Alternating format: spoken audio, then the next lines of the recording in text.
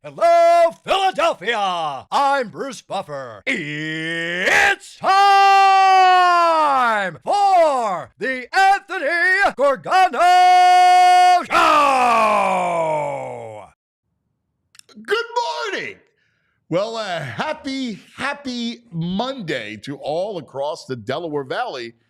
It really was. It was a bizarre game that didn't have to be bizarre, and we'll get into all the great details and the gory ones, because there was some gory stuff. But overall, you saw some incredible football. I mean, Saquon Barkley, out of his mind, baby. Barkley, are you kidding me? So let's go through it here, because he was just ridiculous. He starts scoring off with the wheel route, the touchdown. What hands that he catches that ball was ridiculous. You see the stats, 27 carries, 159 yards and a touchdown.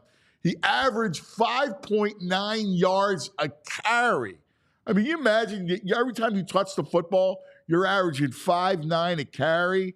Caught the 3 for 40. He was ridiculous. The backwards, it was funny, my Mosmo was like raving about it. But the backwards jump, right, over the defender was crazy. It was ridiculous, right? Like, just some of the things he does.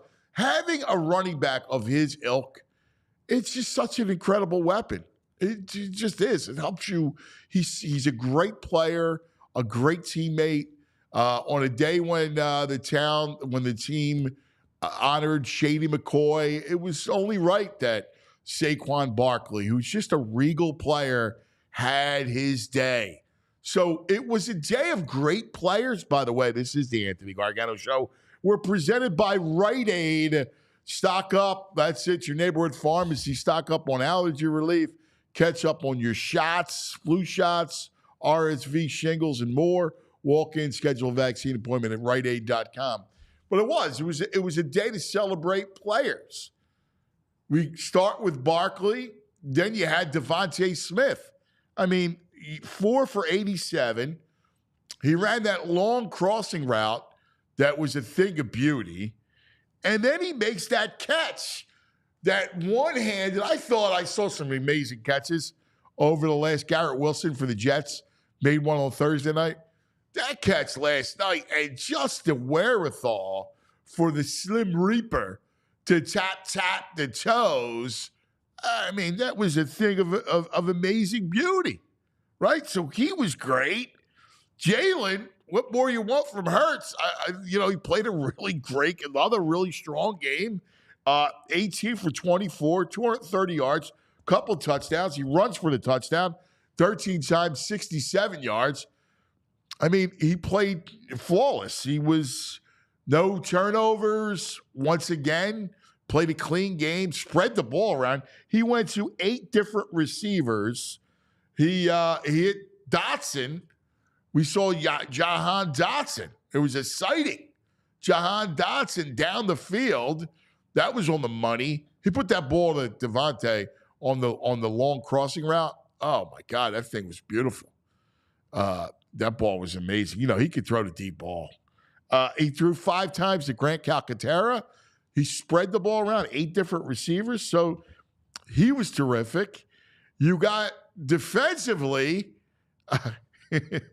I mean, Zach Bowen all over the place. I've never 10 voted. tackles, right? 7 solo, all over. I mean, wherever the ball was, Zach Bowen was. And then, look, you're going up against a team with a backup O-line and banged up. And I thought Josh Sweat was terrific, man. He did more than flash. He got consistent pressure. He had 5 tackles himself, including the 2 sacks. He played really, really well. And on a day when that you saw you were shorthanded off the edge with Mr. Zero, hurt his hand pregame, so he played only the 1 snap. So I mean, he had some starts. Cooper DeJean again on that 4th down play. He was terrific. Kenyon Mitchell was terrific. So I thought from a player standpoint, it was an amazing day. It was just an incredible day. And now the flip side, the game was almost lost. In fact, the game they should have lost, or at least they should have been behind, because the interception by Trevor Lawrence at the end was a horrible throw. He has his man open. If the throw is thrown on a line the way it should have been thrown, that's a touchdown. Instead, it sails. He sails it, and N'Kobe makes the great play. So N'Kobe Dean, who played a really good game, makes the play on the interception, and, that's the game. But that was a bad throw. And on 1st down, just horrible throw. You got your guy open. He missed him, and he missed him badly, which causes the interception. But that game should never have been close. Never. And that brings us to the Butcher with the Nick the Butcher. Oh, my God. I just don't understand. I don't understand any of it. After the game, and we all know how many points he left on the board. He just left on the field. That just makes no sense to me. There were so many things wrong with it. Let's go through it. So it's the second quarter, 4:49 to play, and he passes up a field goal. All right? 4th and 3. He's up 10-0.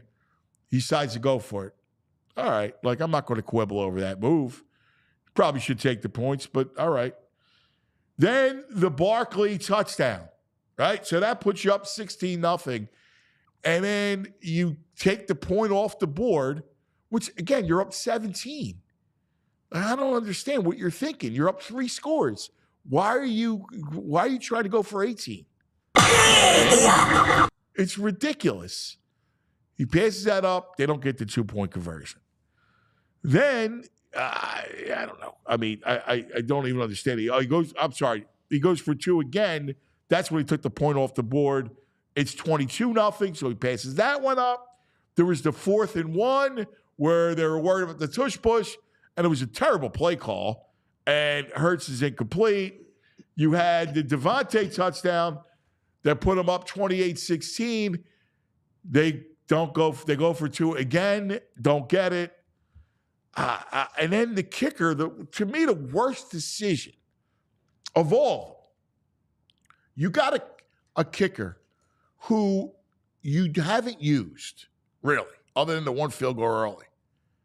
And then you ask him to kick a 57-yarder? Are you out of your mind? 57-yarder in that spot? I just don't get it. I don't understand why you would make that decision. You just give them a short field. And you saw that offense struggle. First of all, the 1 touchdown they got was a gift on the fumble, the Saquon fumble. He was clearly down by contact.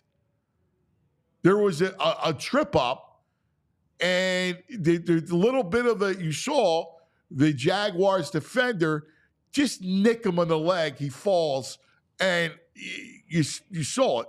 Goes into his whole thing, and that's what it was. But, I mean, I just don't understand this decision-making, any of it.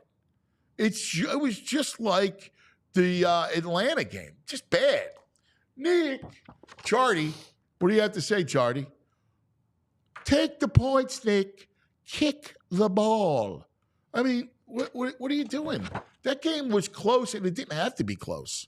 And then afterwards, he gives you the same nonsensical answer. Well, I'm going to do what I think is right. And no! Don't reinvent the game. Just play the game the way it's supposed to be played. What are you doing? Because an otherwise easy, fun night at the link turned out to be a sweat where they almost lost the game. And again, if Trevor Lawrence puts that ball on the money, they lose the game, most likely. Now, what in the world are you thinking? Overthinking everything. Even after the first touchdown, they have to try to act like they're going to go for 2. Just kick the extra point, please. What are we doing? Talking about overdoing it. And you just take away any momentum when you do stuff like that. Just terrible, awful. And I hope to God that it doesn't bite them in a real game, in a game that matters. That, you're looking at a playoff game and you're now going to think about going for 2 and all this stuff. Just take the extra, take the points. We've talked about it a million times. When you start chasing points, it never works. Good morning, VG. Violations, Greg. Happy Victory Monday. Well, listen, there was a lot. I give you all the players. You're spot on. The players were incredible. Yes. Barkley, Devonta, Jalen, Zach Bond, Josh Sweat. Zach Bond. The 2 kids, Cooper and Q. Yeah. If you had to pick a player that had a bad game, I can't name one. I think everyone had a solid game. No, you're spot on. There's one, and they were really good stuff. It was good stuff. It's everything we wanted out of offense. The plays were impressive, man. And I give the 3rd and 17 Barkley, great call. Yeah, great call. Yeah, but again, it's like he just has to inject himself into the conversation and make him a story. Just chill and stay to the side and just play the game normal. Do we have to be all crazy? And his need to be aggressive and be this guy who's just he's got I think I read in Zach's piece, I have to be able to have the balls to do that really at the end of the game. You ever hear Andy Reid? Would Andy Reid talk like that? I got to have the balls to do that. Andy would never do that. Who's he trying to prove he's tough to? Andy would never do that. It's ridiculous. So dumb. You know what it's like? It's like watching a kid play Madden. Yes. That's what it feels like. It's like watching a kid play the Madden game. And then they think I just don't understand. Spot on. It. That's spot on. He didn't get the 2. Okay. And he's just, like you said, he's chasing it the whole game. He's got to turn it around and get it right. Kevin the Gandhi said it first. I don't know. Both of us were talking in a conversation.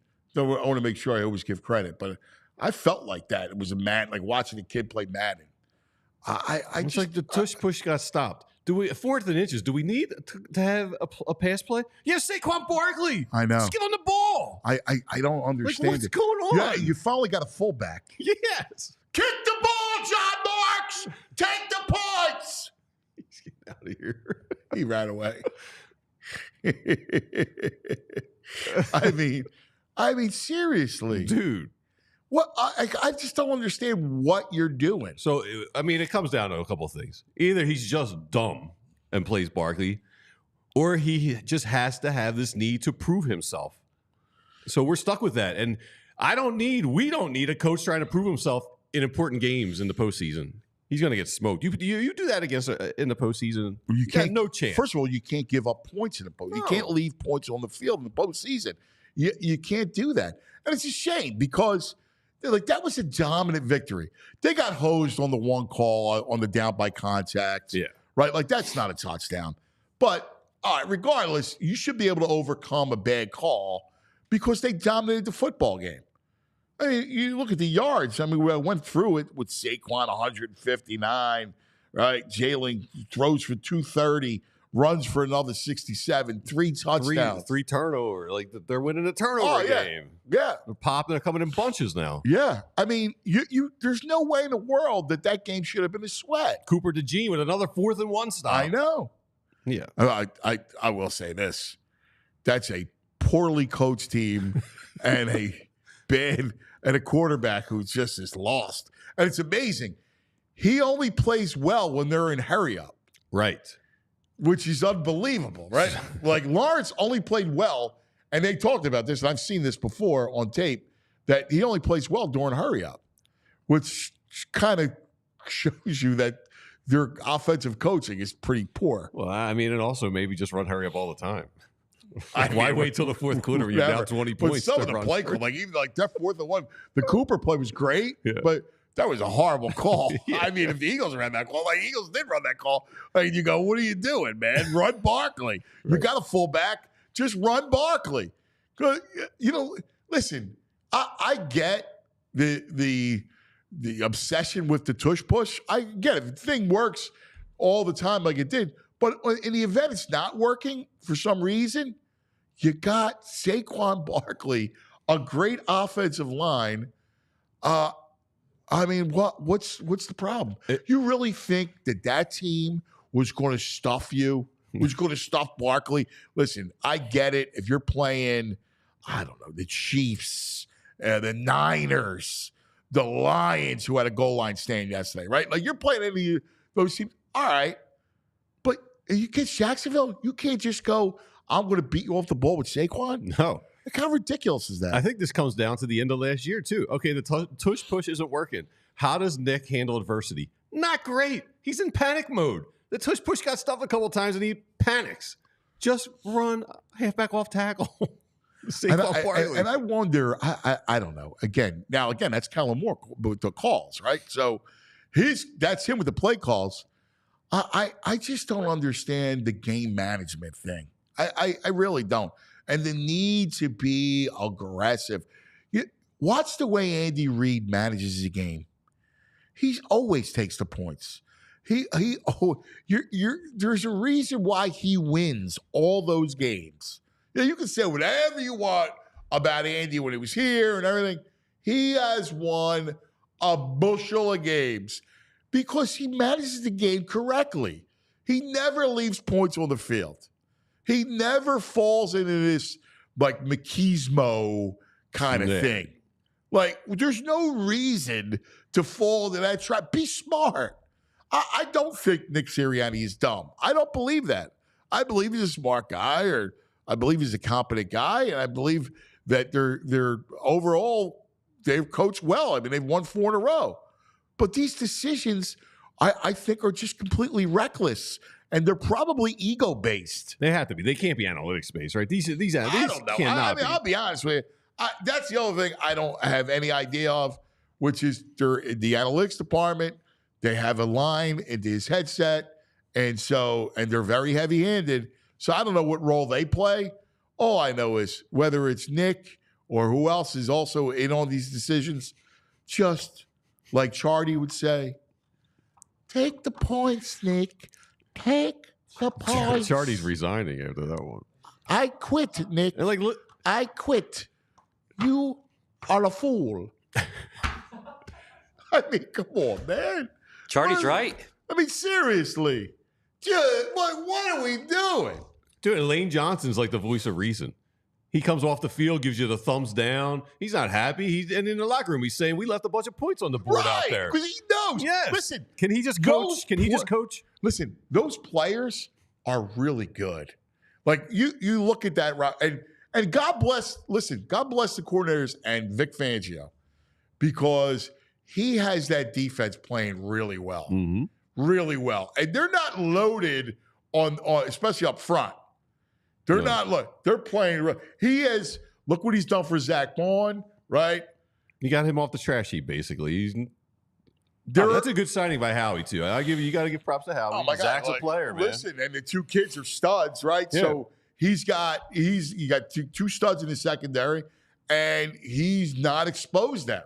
He's done a hell of a job. And look, Kellen Moore, look at that offense. I mean, First of all, Jalen 18 to 24.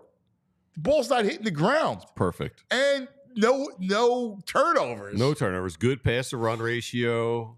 And that's, again, that was Lane Johnson, the offensive line, being like, yo, can we just lean a little more on the run, establish the run a little bit? Like, all that stuff was really good. All that stuff was an indicator for what? For a good football team, a team that's a contender. Listen, I mean, the Lions are nasty. We all saw what they did yesterday in Green Bay. Yeah. All right. But playing like this with these weapons, let's go. All right. Like, you got a shot. You got a fighter's chance. Yeah, you got more than a shot. If you take Nick's boneheaded plays out of there, I mean, it's a blowout. One observation. Well, they have I'm sorry, Andrew. No, you're good. I'm just saying, they had just dynamic weapons. Like, Saquon is just incredible, right? And then those two receivers, AJ gets hurt, and there's Devonta, and he's a number one. He's a WR1. And you saw it yesterday.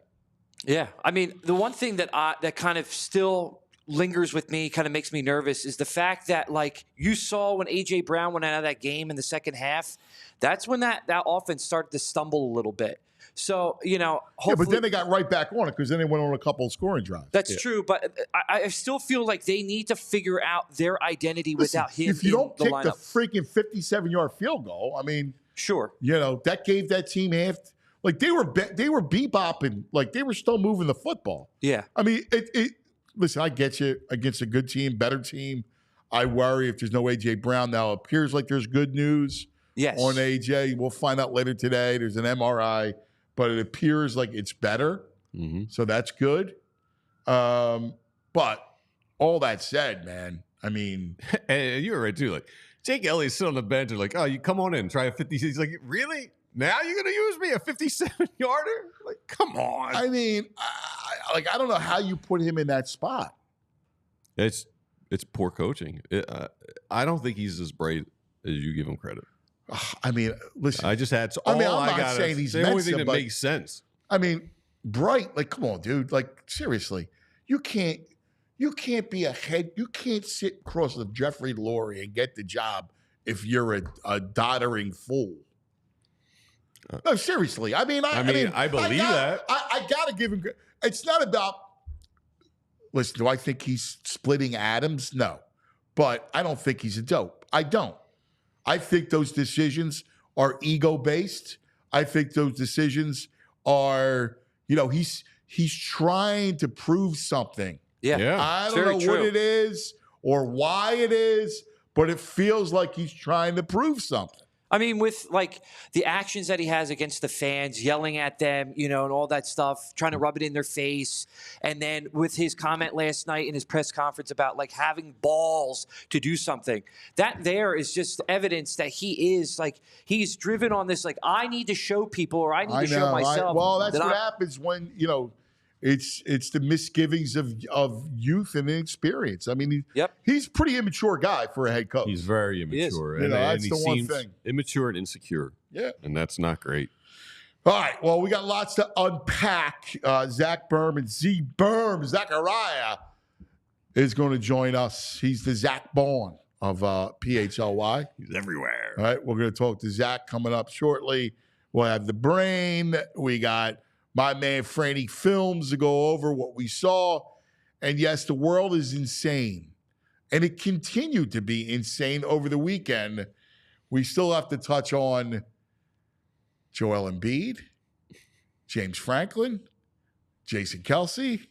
I mean, the world's insane, man. Bonkers. And we haven't even reached Tuesday yet. Oh, tomorrow. My God. Insanity. Let's talk about Primo Hoagies. Yes. Football food. It doesn't get better than the great taste of Primo Hoagies.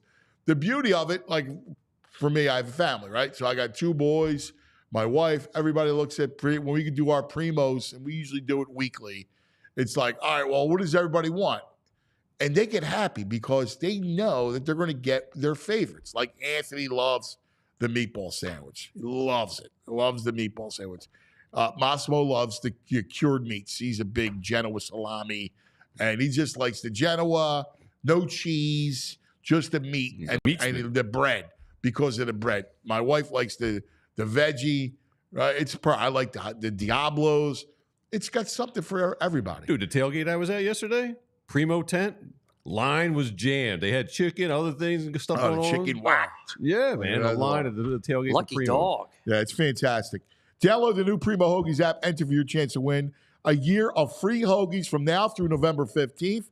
When you download or update your Primo Hoagies app, you can enter their new sweepstakes where one grand prize winner will win free hoagies for an entire year. Check it out, primohoagies.com/app for all the details. You're going to say what I always say. Primos, it's not just a hoagie. It's a Primo. It's also allergy season, and our friends over at Rite Aid can help you out. I can breathe this morning. I could when I first woke up because allergies and ragweed season's here. Probably last through the end of the year. That's the main culprit right now. Sometimes mold this time of year, but it hasn't rained. So if you're feeling it like I am, you're probably a ragweeder or maybe that dreaded pigweed. Allergic reactions, the allergens get into your body.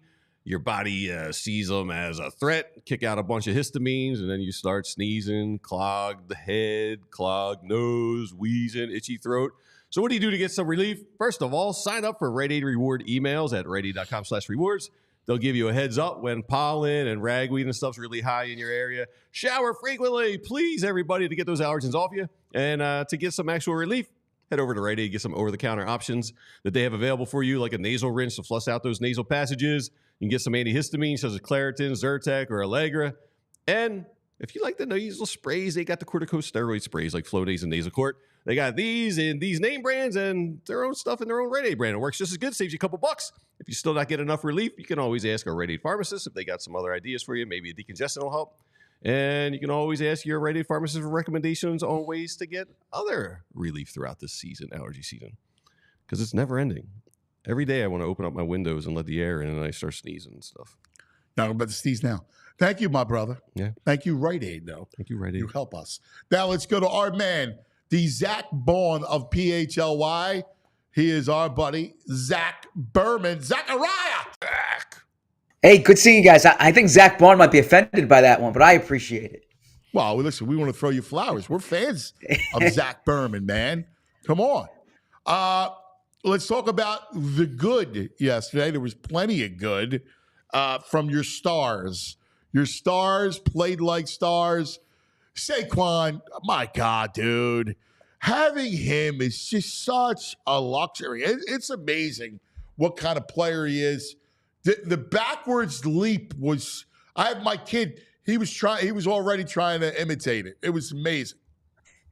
Yeah, and the amazing thing about that play too is if it was just a spin move, it would have been impressive. If it was just a cut, it would have been impressive. He does those two, and then he does that backward leap.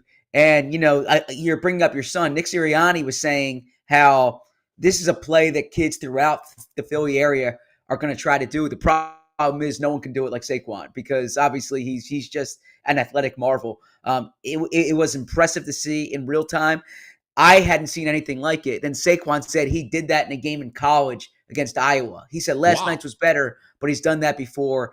And then you just look at the overall performance. He has 5 games now of 100-plus yards. That ties a career high for him. It's only been 8 games into the season. He's even better than the Eagles anticipated. It shows you, they paid a premium price for a premium player, and he's been that. And it's really changed the offense when you have him. They need to keep him healthy, but this is I don't think he's slowing down anytime soon. No, I mean, you look at him. He makes a great catch on that touchdown. I mean, that was a beautiful catch for a running back making that catch. He goes for $159. He's just incredible. The only issue is he averages 5.9. How about your lead back averaging 5.9 yards a carry? Are you kidding me? Like that's amazing. I mean, you don't want to keep up 30 touches because that's a lot of touches, but he's just special. Yeah, he said he's feeling good, right? Or he was dealing with something during the game, but it wasn't a big deal. He said he's taking care of himself. The Eagles are doing things during the week to take care of him. Look, he's got to last longer than he has in his career, and we'll see how that goes. but I don't think the Eagles are going to stop riding him the way they are right now. No. Listen, he's just amazing, special. You look at first, any update on AJ Brown? I guess some positive. I guess there's some feel that it's not serious. Yeah, we'll see. You know, you've heard whispers regarding that. You've heard they need to see the results of the MRI today. It was happening right in front of me. You know, I saw him come out for the second half, and then I saw him speaking to Dr. DeLuca from the medical staff, Tom Hunkley from the training staff, and this was right when they got out of halftime. Saquon came over to check for him, then he goes back in to the locker room. You don't usually see that, so there is a degree of concern for the fact that he came out and he couldn't play on it. But we'll get a better feel today whether it's really serious or it's something that he needs to manage. Well, Devonta is certainly a WR1 when he's in the game as well. I mean, I love that long deep crossing, the deep crosser where Jalen put on the money and then he makes that catch, dude. I thought Garrett Wilson's catch was incredible. I don't know how he tapped both toes and was able to do it. I mean, it was close to Garrett Wilson's catch. Yeah, I would take Garrett Wilson's catch, but it's like 1 and 1A there. And the reality is, you look at Devonta's skill set, his body control is so impressive, and it's been that way. He makes catches every week where he's just so smooth. And he knows where his feet are. He knows where they have to be. The interesting thing with that play there, Jalen Hurts didn't see him. Jalen Hurts didn't have a line of vision to Devonta. Jalen said that's one of those things where you throw it to a spot, you put it in a spot where only your guy can catch it, and you trust that he's going to be there to make the play. And that's exactly what happened. So you talk about the chemistry between quarterback and wide receiver. It was apparent on that play. Yeah, let's talk about the quarterback because he was near flawless, 18 to 24, 230, 2 touchdowns. He runs for another 67, including the touchdown. He throws to 8 different receivers. His deep balls were, again, perfect. I thought no turnovers, was clean. I thought he played a terrific game. I agree. Now, I did think in the first half there were some plays that he missed. In particular, there was I think it was the 4th down play to AJ across the middle, and I thought he was a little late on that pass there. Yes, but overall, I'm not trying to nitpick because there were a couple you could always There one time he held onto the ball maybe a little long, but absolutely, and I'm with you there. I thought. He played overall a really strong game. I thought the 2 throws to Devonta were outstanding. I thought he kept the ball out of harm's way. He ran well. You're seeing him move effectively now, and he's functioning within the offense. I thought he was real honest after the game about some of the things that they need to work on in terms of playing complementary football. But I think Eagles fans should be happy with where Jalen is right now, and I would imagine he'll stay on this track. My overarching point, because I was a little concerned. I was a little concerned about him.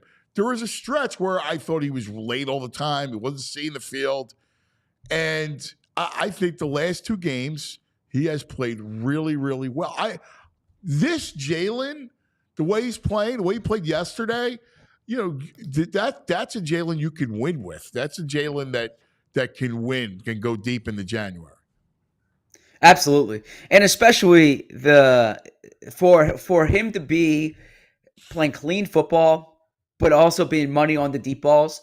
That's hard to do sometimes, right? Because you don't want to be too conservative, but you need those explosive plays, and you're seeing that from him there. If they can absolutely win with this version of Jalen Hurts. Yeah, I mean, he had a couple of good checkdowns to Barkley. I just thought he played real. I was happy. I was very happy. And again, when we criticize people, they don't get it sometimes. People are very sensitive, especially when it comes to the quarterback or when it comes to superstars in town. And I understand that. You're fans, that's what you want. But when we do overly nitpick or criticize, it's only because of, hey, you got to get to this point so that in January and February, it gives you a better chance to win. And this is all I really wanted to see over the last 2 games is this sort of Hurts where he's surveying the field. He looks in charge. Listen, he always throws a great deep ball. Like, that's one thing you never have to worry about. But I just like the way his instincts seem on, right? When to run, when to move. So I'm happy, Zach. I think you framed it well there because you want, to a certain degree, you want the conversations on this show to be similar to the conversations they're having in the building, right? Right. Because the conversations they're having in the building, they're honest about this, and the way they frame it is not how do you beat Jacksonville on November 3rd, it's how do you beat Detroit on January 25th or whatever it is, right? And so that's and to kind of sum it up there, I think the way Jalen's playing makes you a legitimate contender. Yep. All right, defensively, let's continue about the good because we referenced Zach Bond, and he was all over the field again, 10 tackles. I mean, you got to love what Fangio's done for the linebackers. Nakobe gets the pick at the end. I thought it was a bad throw, but it was a great pick by Nakobe. Yeah, a few things there. So let's start with Nakobe. I was on your show right around the open practice that the Eagles had at the link back in early August, and Nakobe got beat on a wheel route by Kenny Gainwell in that practice. Vic Fangio said it wasn't a good practice for Nakobe.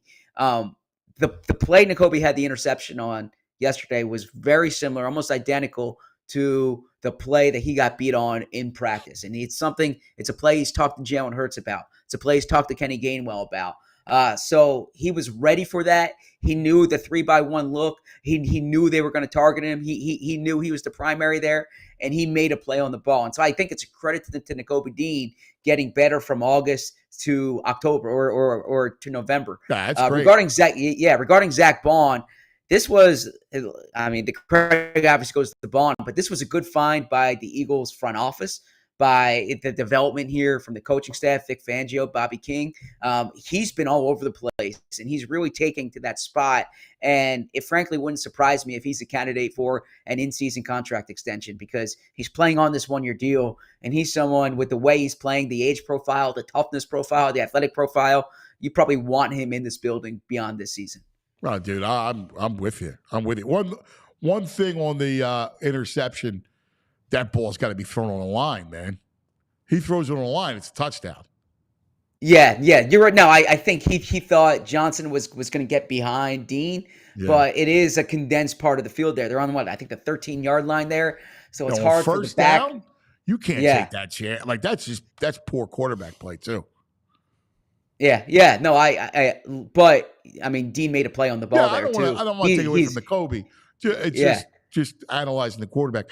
Then let's talk about Josh Sweat because I thought Josh Sweat had a great game. He popped.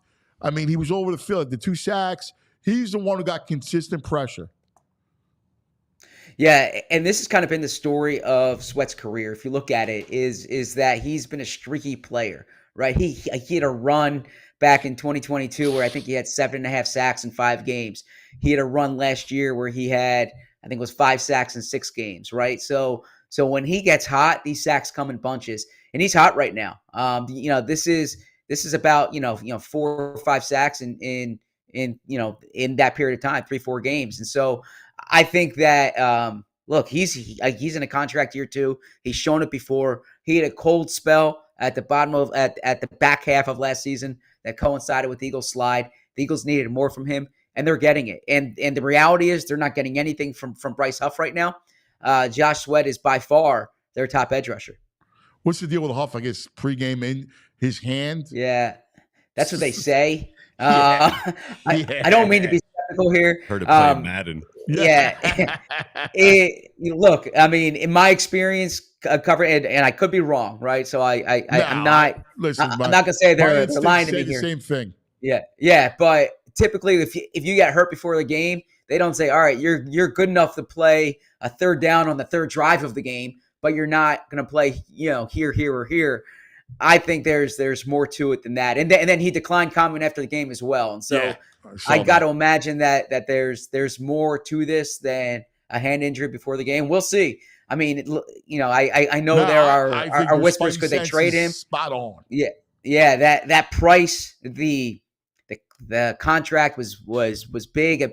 You could say it's prohibitive to include him in a deal. Sometimes you cut your losses, but regardless, I don't think you view him at this point like a top of the rotation edge rusher, because that's not the way they're using him.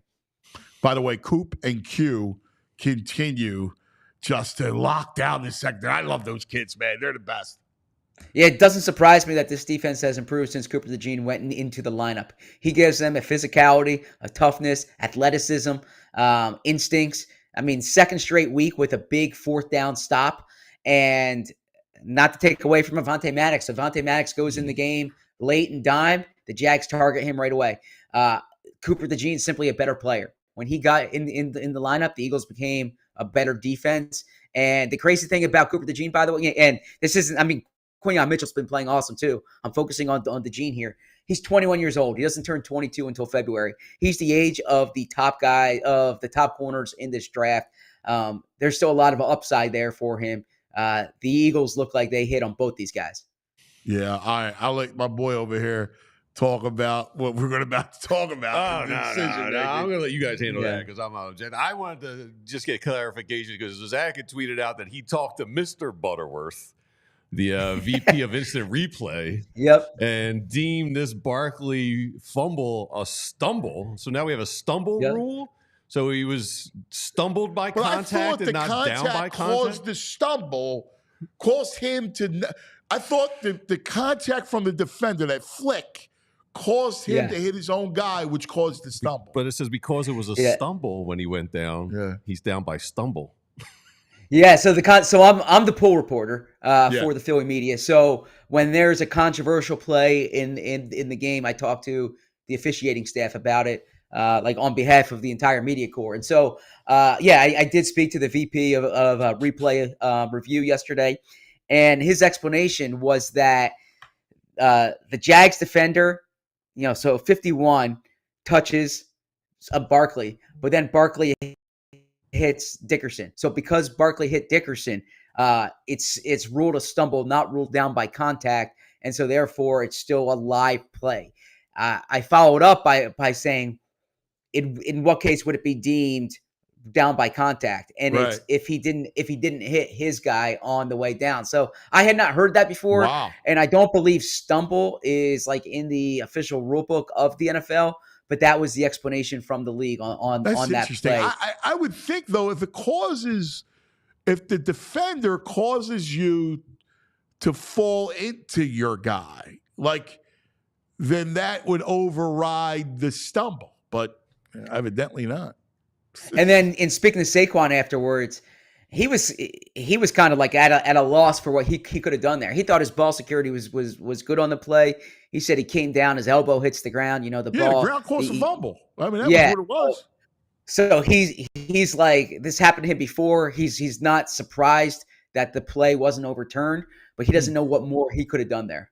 No, I would agree with that. Suspect on Mr. Butterworth. Yeah. Speaking of suspect, bro. I mean, figure this was coming. I mean, I mean, that game should never have been close. What in the world? First of all, why are you chasing? At the end of the half, you're up 17-0. Well, you're up 3 scores. Why are you chasing a point there?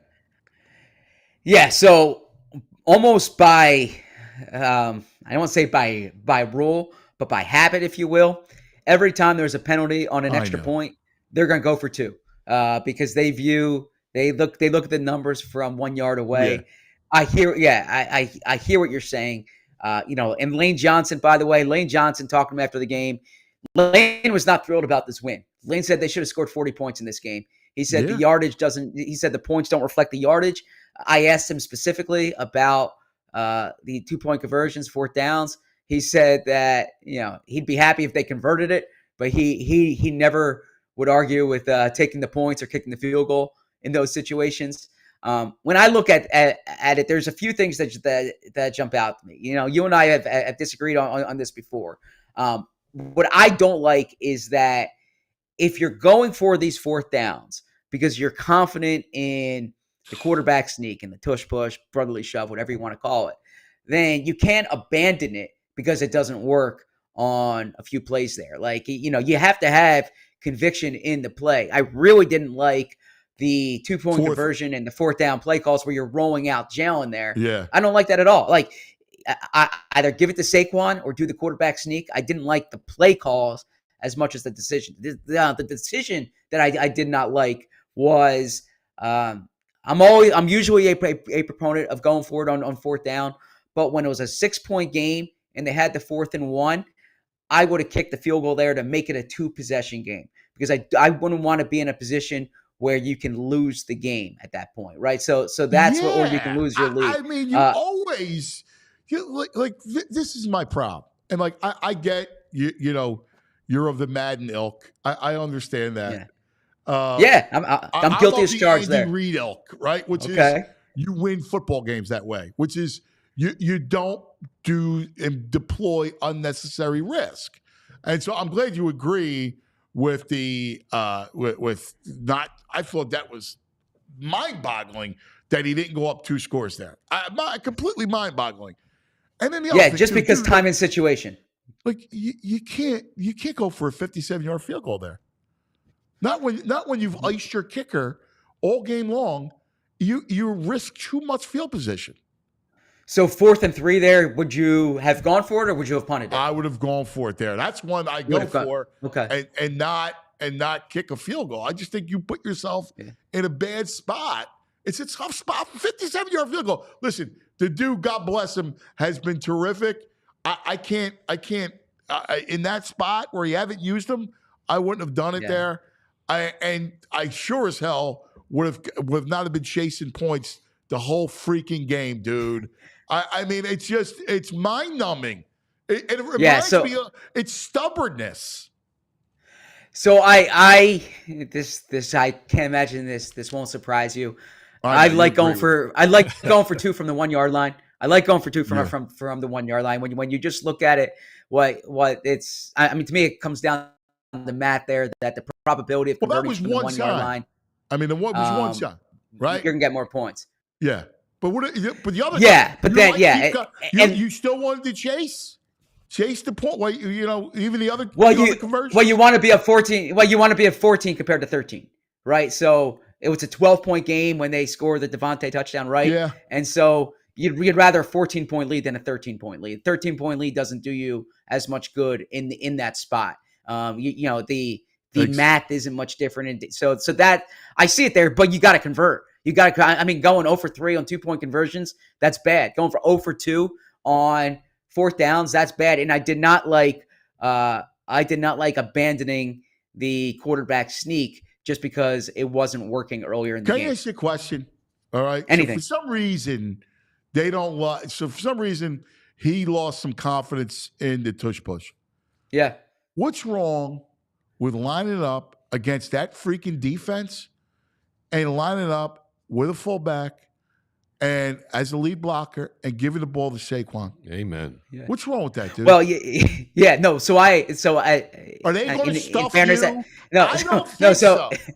In fairness, their fullback was out of the game at that point with a concussion. But you're absolutely right. Hand the ball to Saquon there. Yeah, I'm with you there. I don't like having Jalen roll out into pressure, and having to throw off his just throw the ball up. You saw it twice. You saw it on the 2-point conversion. You saw it on the 4th down there. I didn't like either of those play calls. I would have handed the ball to Saquon there. I would have run the quarterback sneak. I think if you're going for it, if you're playing the numbers, go with high probability plays. And I don't think that the rollout on the 4th and 1 is the high probability play there. No, I you know what? Bleep the numbers, right? I play football. Yeah. All right. I don't play numbers. All right. I don't do that. I want to give the ball to, I know I have a better line. All right. And I want to give the ball to my playmaker. I mean, I'm glad we agree because it drives me insane. It drives me insane. And I don't know why he continues to do this. Listen, it's going to bite him. That should have been him yesterday. If Trevor Lawrence throws the ball where it should have been, they could have lost that game. You're right, and the game should not have been that close. No, and that's why, even though I'm typically a proponent of going for it on fourth down, especially 4th and 1, I would have made it a 2-possession game. So you have the security of 2 scores there, number 1, and then number 2, you don't know in that situation if you're going to score the touchdown. Right. So even if you convert the 4th, you're still pretty decent distance away from scoring the touchdown. So in that spot, I take the points, try to go up. Now, they still were able to make it they still were able to extend the lead with the Devonta touchdown. But that was the 4th down that I did not like, because I think the game situation and the spot on the field matters on that play as well. I agree. Listen, we agree on that one, buddy. Hey, Zach, I just what was the vibe last week? The vibe was like playlist, a wedding kind of a vibe. Like, what was the playlist? What was the vibe in the locker room after this one? Yeah, so it was similar in terms of like the old school music. There was a point when Saquon was talking, and I think it was a Stevie Wonder song, but he kind of stopped and said, "This is a good song." But I think that the overall sentiment from the team, from the players in particular, was they didn't play well enough here, or that they left points on the board. Like I mentioned, Lane Johnson's a reliable narrator often of what's going on. He's the best. There's a clip. Yeah, there's a clip. John Clark put this out. John Clark was taping them walk into the locker room, and he put his thumb down. Right, like they won the game, but even talking to Lane, it was very clear how he felt. Like I said, that they left points on the board, that they need to close games better, that they need to be more disciplined. They can't be complacent when they have a lead. He gave a lot of credit to Jacksonville for coming back from that. Speaking to Jalen Hurts said they didn't play complimentary football, and there's things they need to do better there. He said it's good when you can learn from your mistakes in a win. But the way they won yesterday was not good enough to beat Detroit. But it does get you to 6-2, and we'll see what happens with Dallas this weekend. I mean, listen, I feel good from that standpoint. As long as AJ's all right. I mean, that's the biggest thing. As long as AJ Brown's all right, and Dallas is dead, right? There's probably going to be no Dak, no CeeDee Lamb. They're done. So it's now all eyes on Thursday night. That Washington game is looming. Thursday, baby. Commanders, wow. Yeah, we're going to learn a lot about this team during the next, 11 days, right? You think about it, even if Cooper rushes down and CeeDee Lamb's down, look, the Eagles are, 6.5-point favorites in that game. They should win, but they haven't won in Dallas since 2017.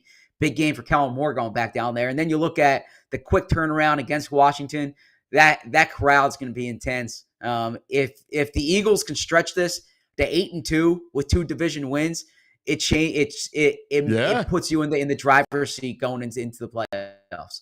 Big time, baby, big time. Zachariah, what's going on at 2:00? Yeah, Bo and I breaking down this game. We'll be in studio for kind of the day after, cleaning up some of the things, giving some thoughts on the game. Then tomorrow, Bo, Fran, and me are doing a 2-hour show leading up to the trade deadline. So our show starts at 2, and we're rolling straight until the deadline. So if there's any deals, we'll be breaking all of those down. Dude, I'm with you, man. I think this is great. What do you think? Chances they make a move? Yeah, Howie doesn't like to sit on his hands. I know that. So Howie likes to work the phones.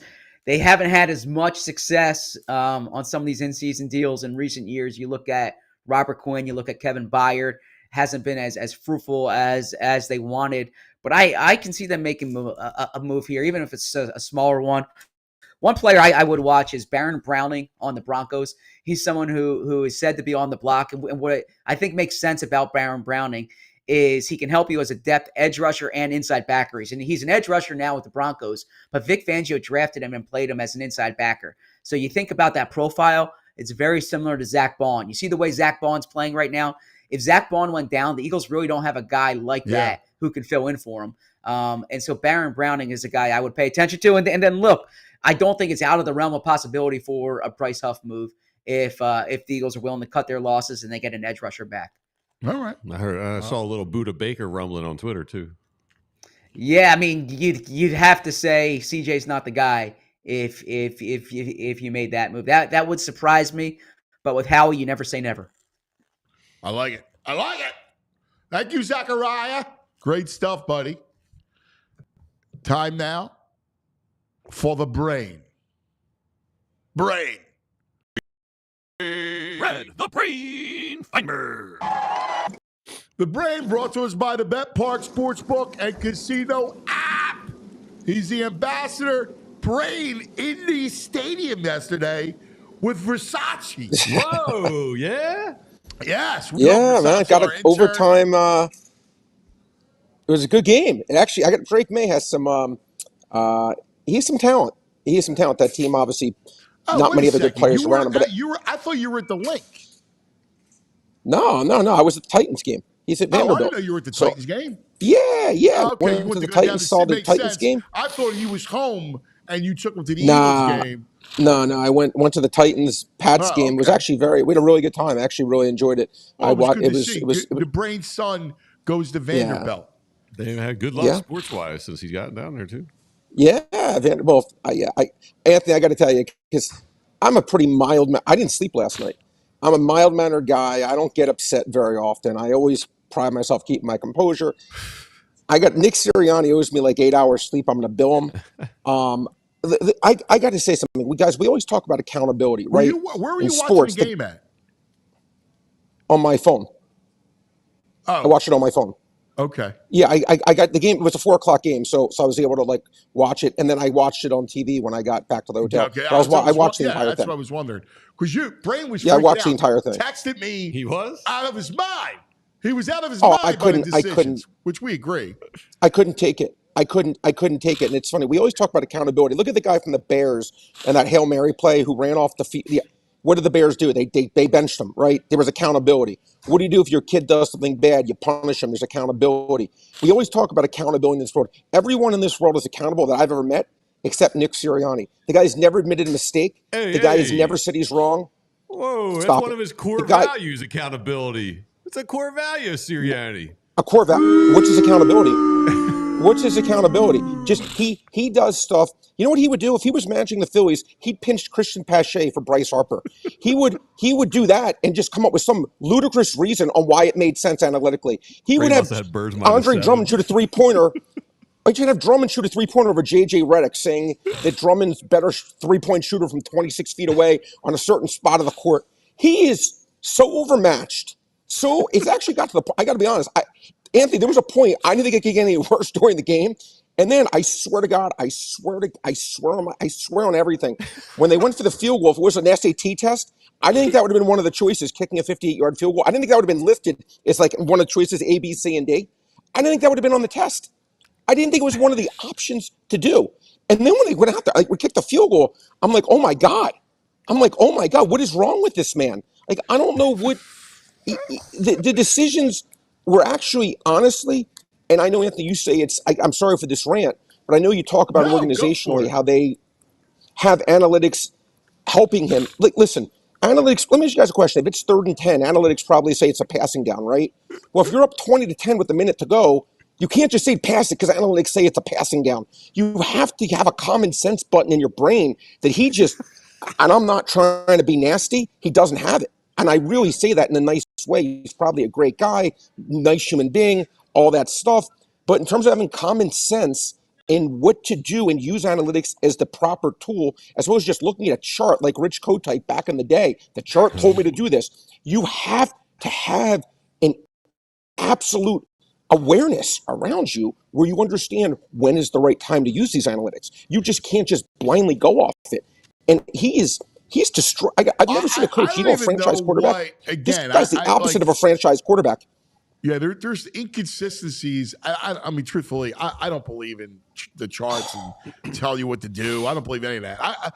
There was so much I hated about his decision making from play calls. Now, you got to lump Kellen Moore into it too. It's 4th and 1.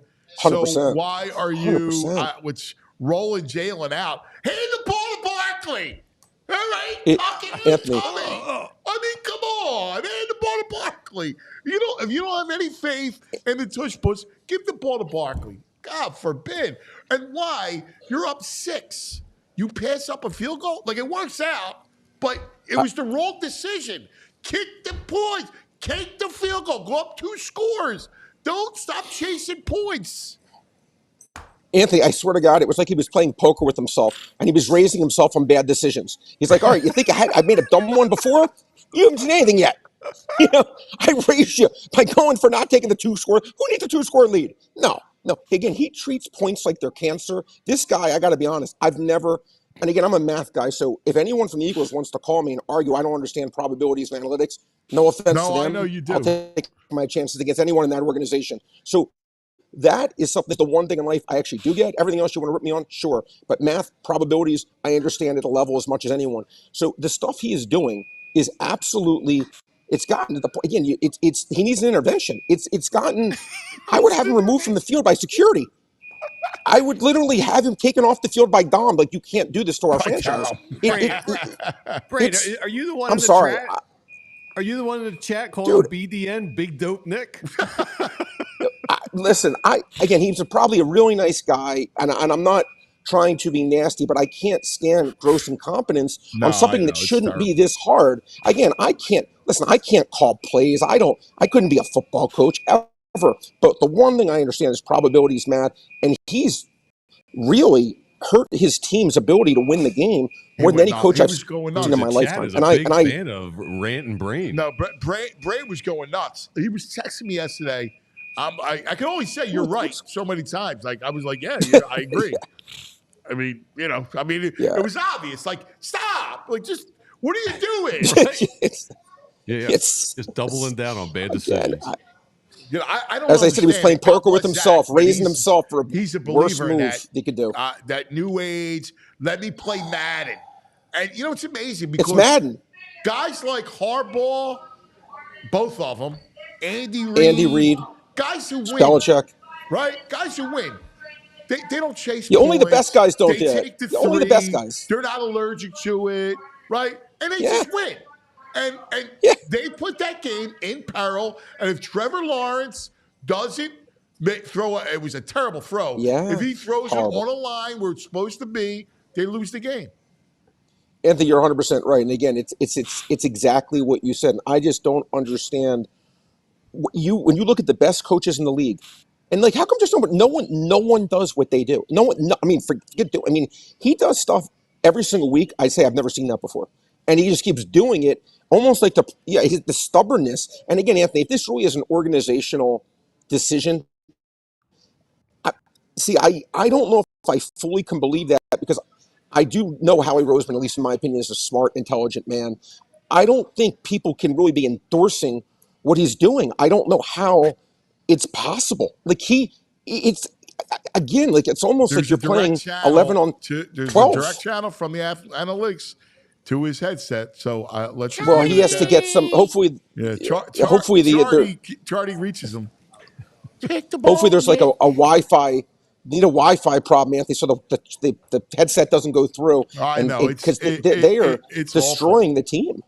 All right, what do you got tonight? So I'm sorry for that rant. No, everybody loves it. Boo, my buddy Boo goes, brain's on fire. I love the brain today. People in the chat, they're loving it. They're like, ran on Hey, by the way, Brain, happy College Hoops Day. No, exactly. Well, listen, again, I'm always true Philly guy, so I always want the Eagles to do well, and I hate it when I see a team that plays really hard, have the game won, you put it in peril. But anyway, look, tonight's game. So let's start with the football game. Any Chiefs, Tampa again. Tampa wounded. How do you kind of analyze this game? Yeah, Tampa's wounded. It's funny. Like, look, I got to give Andy Reid's just phenomenal. I mean, the best of the best. That being said, the only way I can lean because I think they'll be able to do at least a little something offensively, even without Evans and Godwin. Like Baker, like I got to tell you, I give Baker credit. Baker has played a lot better than I thought he would when he was released. I'm a Bucky Irving fan. I think I told you. I don't know if I told you. When I watch Bucky Irving, he's the guy I'm like most impressed with out of all these running backs. I think now again, Bowles hasn't used him the way I think he can. I think this guy next year, if people do fantasy leagues, I think this guy's gonna be like the #1 running back. I think he's that good. But they do have some talent with the 3 running backs they have, especially Irving. I think they'll be able to do enough offensively to make this game respectable. Kind of the way I thought the Saints were going to be able to make it respectable, but they ended up losing by, I think, 10 or 11, getting like 6. I think that the Bucs will be able to keep this to be like maybe a 7-6 point game. I fully expect the Chiefs to win the game, but I think Tampa Bay is good enough to cover, and I think that it'll be I think it should be a relatively decent game. Tampa Bay's defense is wretched.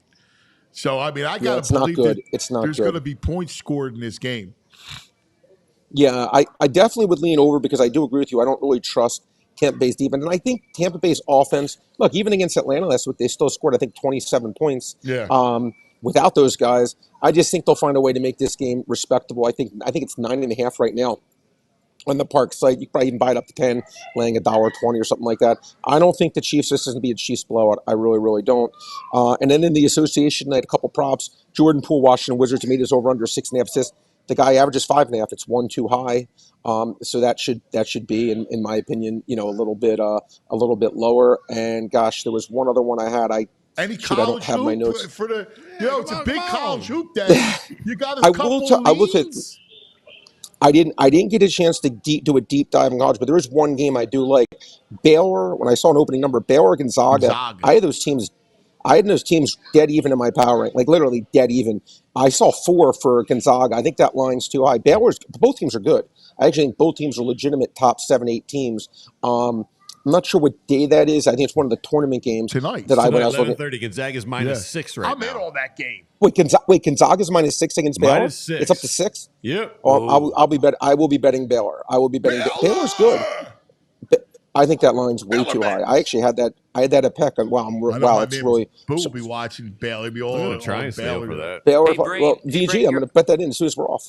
Your other pick, because you forgot, it was Tyrese Halliburton over 8.5 Halliburton. assists. Yep. Appreciate that. Yeah, Halliburton, again, he 112. guys averaged 11 assists a game 3 years in a row. His first 3 or 4 games a year, he was averaging like 4. But his last 3 games, he's gotten double digits again, and he's averaged about 11 3 straight years. I'll take my chances he gets his 8.5 tonight. Again, I think they're still punishing him for those first slow 3 games he had. All right. Quakers tonight, Brad. Quakers -6.5. NJIT. I'm the trash man. Oh, man. The trash man again. You're like, who was it? Anthony, who was it? Was it Greg? Was it Greg? Something. I think it was receiver they called the trash. Was it Greg? Greg Garrity. Oh, was it Greg Garrity? Okay, yeah. fits. Yeah, the trash guy. He looks like Greg Garrity. Yeah, sure. Greg Garrity. I Good can name do from the Greg past, Garrity. man. Yeah. Good name from the past. All right, Good brother. stuff, Brain. As always, my buddy. We I appreciate it. you. I'll see you guys Brain. tomorrow. Brain on fire today. People love Fired Up Brain. Brain brought to us by the Met Park Sportsbook online casino app. The man of the people with his breakers hat on. Yeah. Classic. All right. Lots to get to. Coming up, Franny Films. Very excited to talk to our man, Fran Duffy, as we'll deep dive into what Franny saw and kind of how we're kind of a lot of good stuff, despite Sirianni. My God. Franny got the clean cut, too. Oh, yeah? You got the yeah. Sirianni cut? Not the Sirianni The cut. buzz cut? No, not the buzz. All right, good. But he's shaped up. It looks good. Oh, yeah? You got the shape? That was When did he sweet. find? He actually got out of the film room to get, is that authorized? He No, did. no, I saw him last night. The barber probably comes to the film room. Barber comes to the film I room. got to believe that's Yeah, the case. he's got no He time. shows him a little tape. He gets a haircut. You know, that's how it goes. All right, let's talk about the Bet Park Sportsbook online casino app. Yeah, tonight you got Monday Night Football, NBA, NHL, and yes, a full slate of college basketball. And Gonzaga Baylor's like 6-8 going at it early. Dude, that's a great game, actually. And that's 11:30 tonight. Yeah. We will all, you and I, are you a college hoop man? I don't know about that with you. I'm not Nah, really. he's not a No. college hoop guy there. No, I didn't think so. Yeah. You know, that's all right. When the madness starts, that's when I get into it. You know, that's anybody. But It's like my mom. Yeah, I mean, come on. yeah, You know. on fair weather. All right. Yeah. I go. Listen. We'll all be watching tonight. 11:30. I love it. I hate the Pac-12 kind of falling apart because I love those late Pac-12 games. But yeah, man. Gonzaga. Yeah. Baylor. Gonna miss shout out. It's gonna be rough with no Bill Walton this year. I know. I love Bill Walton. Anyway, so you heard it. Braid's all in on Baylor. Likes the over in the Monday night game. So hang out. The Bet Park Sportsbook online casino app is you can do it. Again, more than just the score, all the props. I mean, you name it, parlays and in-game play, all that stuff. And while you're watching the games, make your downtime fun time. You got live online casino stuff, so you can play live blackjack with a live dealer, roulette, craps, baccarat like VG. It's all there. And in fact, if you're a new customer and you're down in the first 24 hours, you get up to $1,000 casino bonus back. Just go to betparks.com and they'll have all the details for you. It is a lot of fun, so make sure you download it. You got to be 21. You got to be in PA, New Jersey, Michigan, Ohio, Maryland. If you have a gambling problem, please call 1-800-GAMBLER. Also, let's talk about Ace Hardware Home Services. Ace, the helpful folks. Now, helpful home service and repair folks. That's right, and I can attest to them, all right? I got that sign right there on my lawn because I had trouble with my heating and air conditioning unit. Crapped out, old unit, all right? Bad summer, bad start to any cold. Last winter, it was bad. So Ace, the helpful hardware folks for the home services. And it was a tough job because my attic, there was new old piping, right? It was a whole wire. That sounds like a job, Yeah, man. it was a job. Horrible. It was a job. Mariano was the guy who came in, fantastic. He and the staff come in. They were awesome. And right now, the home is comfortable, right? That's important. It's back to being comfortable. The family's comfortable. That's all that matters. Ace Hardware Home Services, bringing helpful home. The helpful you love from the store now to your front door.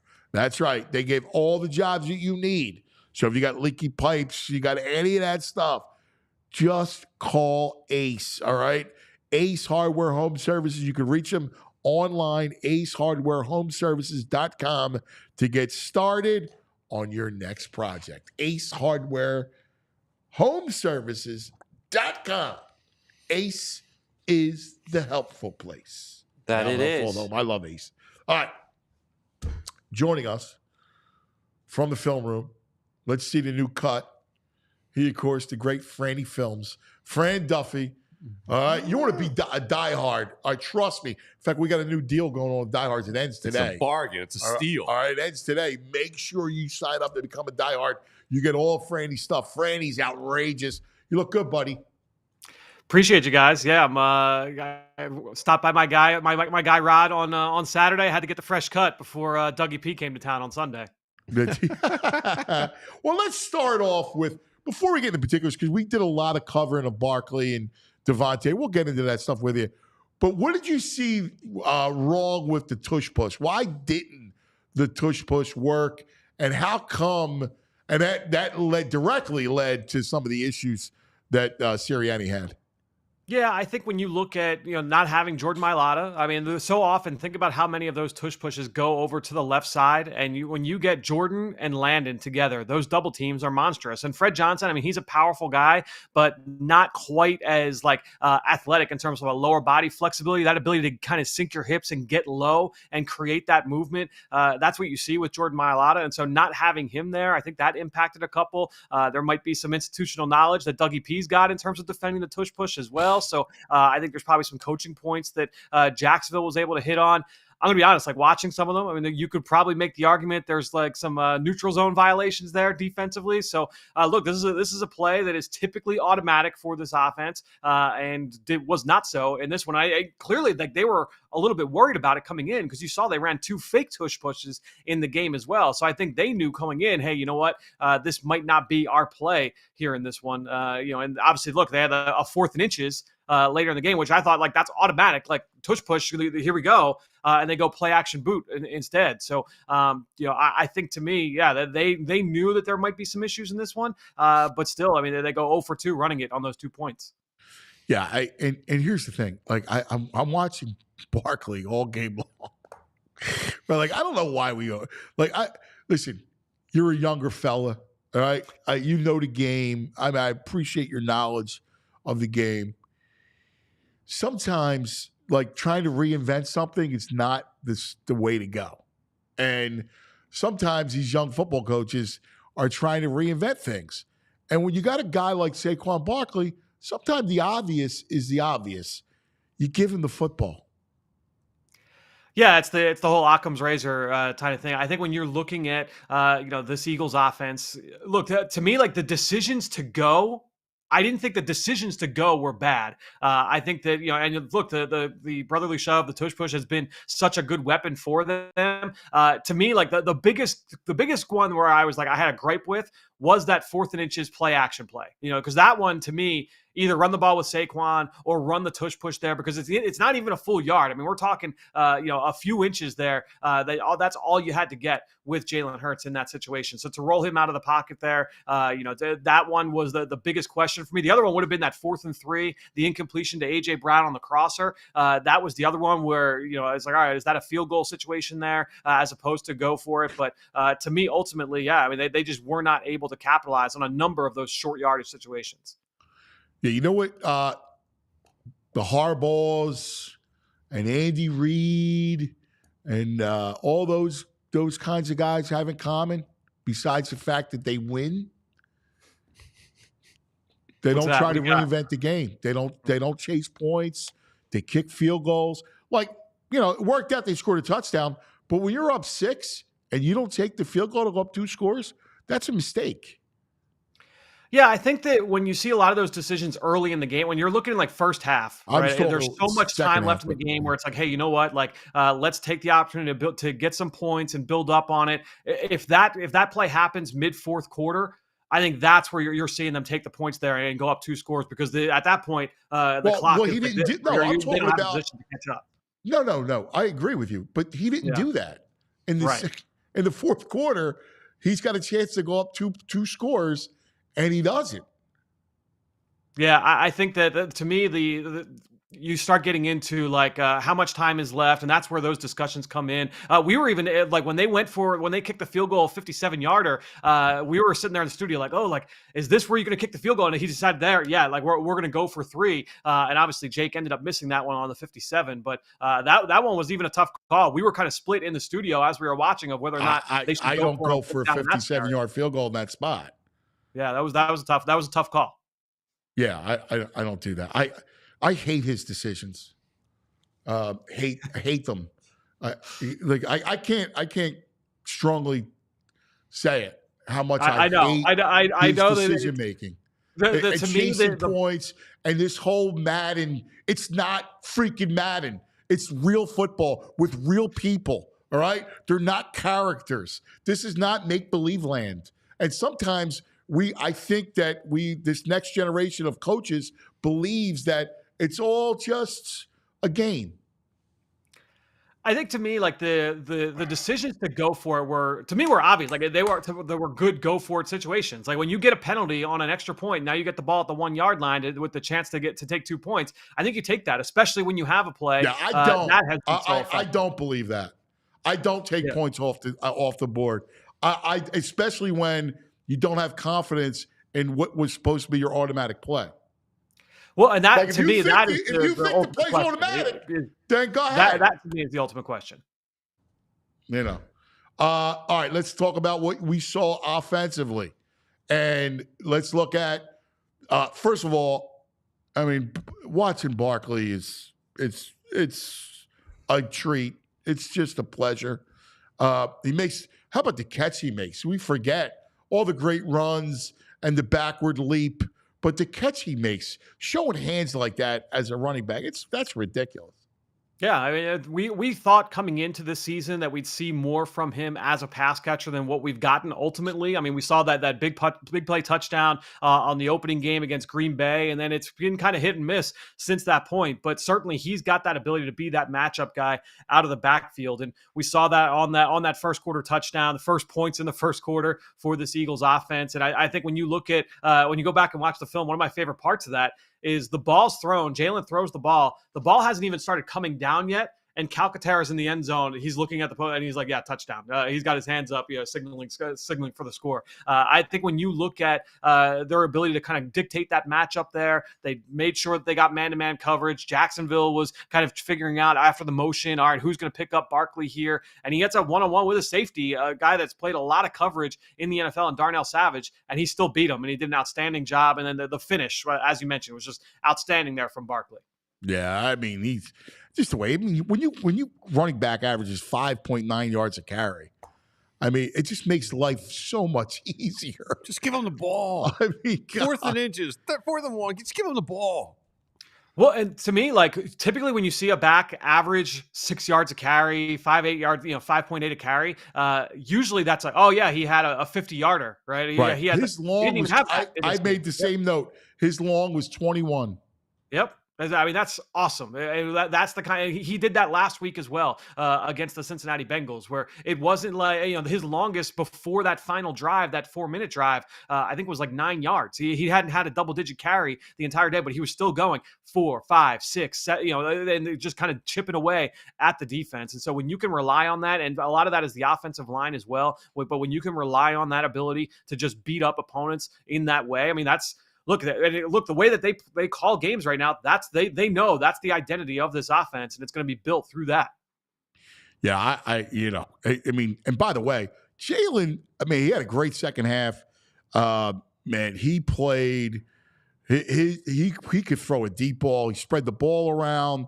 The deep cross to Devonta was a thing of beauty. My God.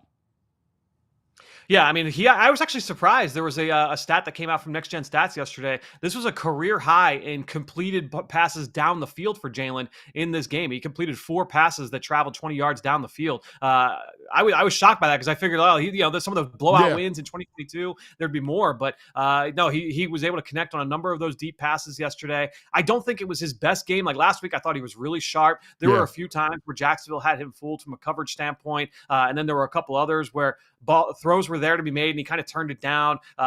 First half. Some of the 3rd and 3. We talked about that 4th and 3 where they threw the throwback to AJ Brown. I thought he was a little late getting there, and the ball wasn't great. His base wasn't outstanding. But 3rd and 3, the play before that, they had a play dialed up that was perfect against cover 2. They're working Devonta Smith over the middle of the field. He's running right at the linebacker and stops. The ball's right there. Like that. That's the throw for Jalen. He stares at it and says, I'm not going to throw it. And he ends up hitting the check down to Calcaterra, and it gets stopped short. So, I don't think it was the cleanest game for Jalen, but certainly was able to come through with some of those big plays down the field. Yeah, I'm with you. And then when you look at defensively, my God, Zach Bond was all over the field. What Fangio's done, like they've become a credible defense, having Cooper DeJean and having Kenyon and the way they play their linebackers. It's now a credible defense. Yeah, and a ton of credit, deservedly so, for not just Fangio, but for the guys on the back seven from an assistant coach standpoint. I mean, Jeff King, the work that he's doing with the linebackers, we've seen such a huge spike at that position. Huge credits to Kobe Dean, and certainly for Zach Bond. I mean, right from Jump Street, Zach Bond was outstanding in this game. We saw the leaping PBU on the play downfield to Evan Ingram on the first play of the game. He comes back on the very next play. He makes his tackle downhill in the run. He's tackling guys in the screen. He's getting hits on Lawrence. We talk about the versatility and the flexibility he offers Fangio with how he can morph from one front to the next. So Zach Bond is a huge part of this defense. We were talking on the postgame show last night about whether or not we might see a midseason extension for Zach Bond just because of the way that he has played so far. He only signed a 1-year deal, not quite the minimum, but basically the vet minimum. So I would imagine that they will try and make that a priority to keep him here in Philadelphia. But I think when you look at the way that the secondary is played with the young guys, Christian Parker is the new DB coach. He's been a Fangio Fangio guy from his days in Denver, and Parker has done an outstanding job with the young guys. Darius Slay playing at a really high level. So I think when you look at really those assistant coaches on that side of the ball, a lot of turnover, and so far the results have been really, really favorable. Yeah, big time. Hey, look, and the Kobe gets I didn't think the ball wasn't where it should needed to be, but he makes the play on it. He's there, and he's able to make the play on it. The point I made on the postgame show last night, Ant, was that we saw a number of times last night in the game where Jacksonville ran those Texas routes out of the backfield, and our viewers might know, or you might remember Darren Sproles running out of the backfield. He runs out to the side and then cuts back across into the middle between the hash marks. They did that like 3 or 4 times that I noticed last night in the game, Jacksonville. So it would have been very easy for Nakobe Dean, when the running back releases out, to overplay it and cheat inside, thinking that it was going to be the Texas route. But he stayed really disciplined, trusted the technique, trusted the coverage, stayed on top of it, and was there to make the play. And I didn't even make the connection. I love what he said in the locker room after the game, that was the play where in the open practice he got cooked by Kenny Gainwell in that play, and he got a lot of negative criticism for that, and from the media and from fans after that. Kobe Dean didn't look good in the open practice. He didn't look good in the open practice because he got beat on that play. And so to see him come back and then make the game-winning interception, that was awesome to see a young guy kind of have that moment. And those young guys, oh my God, Coop, Kenyon, I mean, they're just so good. They just that secondary is so different now. Yeah, I mean, it's like a treat to watch those guys. I'm about to start the defense here in a little bit and go back through it. But, watching Cooper DeJean, you know what? He shows up in like the big moments too. I mean, that sequence where he had a play on 4th down again, where he impacts the tight end at the line of scrimmage, and then on 3rd down gets a PBU against the receiver in the middle of the field. 3rd down, he had the TFL against Jamar Chase on 4th and 1. He had the tackle last week down on the goal line. Right, he's just showing up in those big moments, and we've seen that from Mitchell as well. It's fun to watch those guys work. Yeah, I love those kids. And look, Josh Sweat too. I thought he played terrific. He was active. They have issues on their line, and obviously Huff is a problem. The whole thing, and Jacksonville has issues on their line, and Sweat was able to generate pressure. You got to get pressure from your front, and it was key having Sweat there.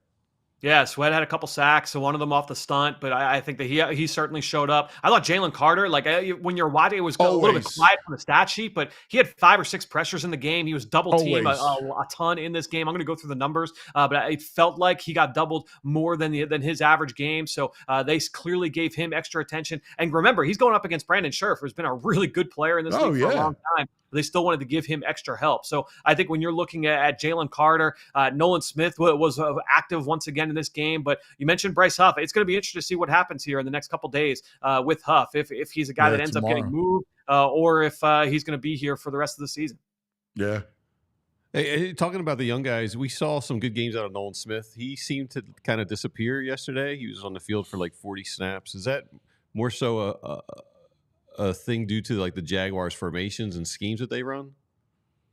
Yeah, I think I'm going to go back. Like I said, I'm going to go back through the defense here later on this morning. But I think with Smith and really with a number of those guys, that's what we were talking about before we got the explanation from Sirianni on Bryce Huff. It's like, all right, well, a number of these drives for Jacksonville, it started off where it was like 3-play, 4-play, 3-play, 4-play. So they wasn't like, they really got kind of into that rhythm. In this one, look, it was 3 games in a row where Nolan Smith got home for a sack, and in this one he didn't. And so now it's like, oh man, like, all right, where's Nolan? But I thought that he showed up in terms of like chasing the plays down. We saw him play hard. So I am anxious to see like what he looked like overall in this game. But I didn't think it was a poor performance just from watching live last night. All right, so Franny, overall, let's look at a big picture. So what do you take from it? And by the way, man, Trevor Lawrence, he only plays well in a hurry-up situation. It's almost like in that's where it's just pure instincts, and he's not thinking, and he's just getting rid of the ball. It's amazing how just far he's fallen. Yeah, and he was working without 2 of his top 3 receivers last night, and his third was certainly banged up coming in, and Brian Thomas Jr. So you give him a little bit of a benefit of the doubt there. by the way. Yeah, Thomas is going to be a good player. So obviously he was hurting going into that game, but I think when you're looking at Trevor Lawrence, I mean, this is an offense. We talked about it on Friday, where they don't make things easy for him all that often. It's a lot of vertical throws outside the numbers, and so they put a lot on him. But I mean, he didn't play well, certainly in this football game, and so and that's been the case more often than not. He has consistently missed throws. I think his lower body mechanics are going to need to be continue to be cleaned up. It's a lot of the things we talked about with Carson late in his career, and I'm making that correlation just because of the coaching staff. He's just gotten a little bit sloppy, and it's led to some misses. And certainly on that last play, I mean, that ball was not where it should have been to Dearness Johnson there in the end zone. And so I think when you're looking at Trevor Lawrence, he is not without fault when you look at that offense and some of the issues they've had. So big picture Eagles, what do you take away? What's your big takeaway? 50,000 feet. Yeah, I think, going into the last week's game, I was like, all right, this is a big litmus test. What does this mean is this team going to be legit? And for going into this one, I was like, you know what? Like, I don't need them to cover. It doesn't need to be that big decisive win, but it would have been very easy to kind of look past the Jacksonville Jaguars. You look at their record and on film, it's not great. That defense, just come out and handle business, take away from a win. And it's so funny because obviously the game was a lot closer, but the Eagles dominated this football game, guys. Like the first thing, as soon as the game ends, and I'm getting ready for the post-game show, my first thing is, all right, let me just go through the box score, jot things down just so I can have some numbers to kind of roll off. And it's like, all right, Trevor Lawrence completed 50% of his passes through 2 picks, never looked settled throughout the course of the night. They didn't run the ball lick. No, their leading rusher had 24 yards. They dominated time of possession again. Then you look offensively, Jalen Hurts completes 75% of his passes, doesn't turn the ball over, throws a couple touchdowns, hits all the deep balls. Saquon has the monster night. The offensive line looked good. And then you're like, all right, that's kind of how it feels going back through the film.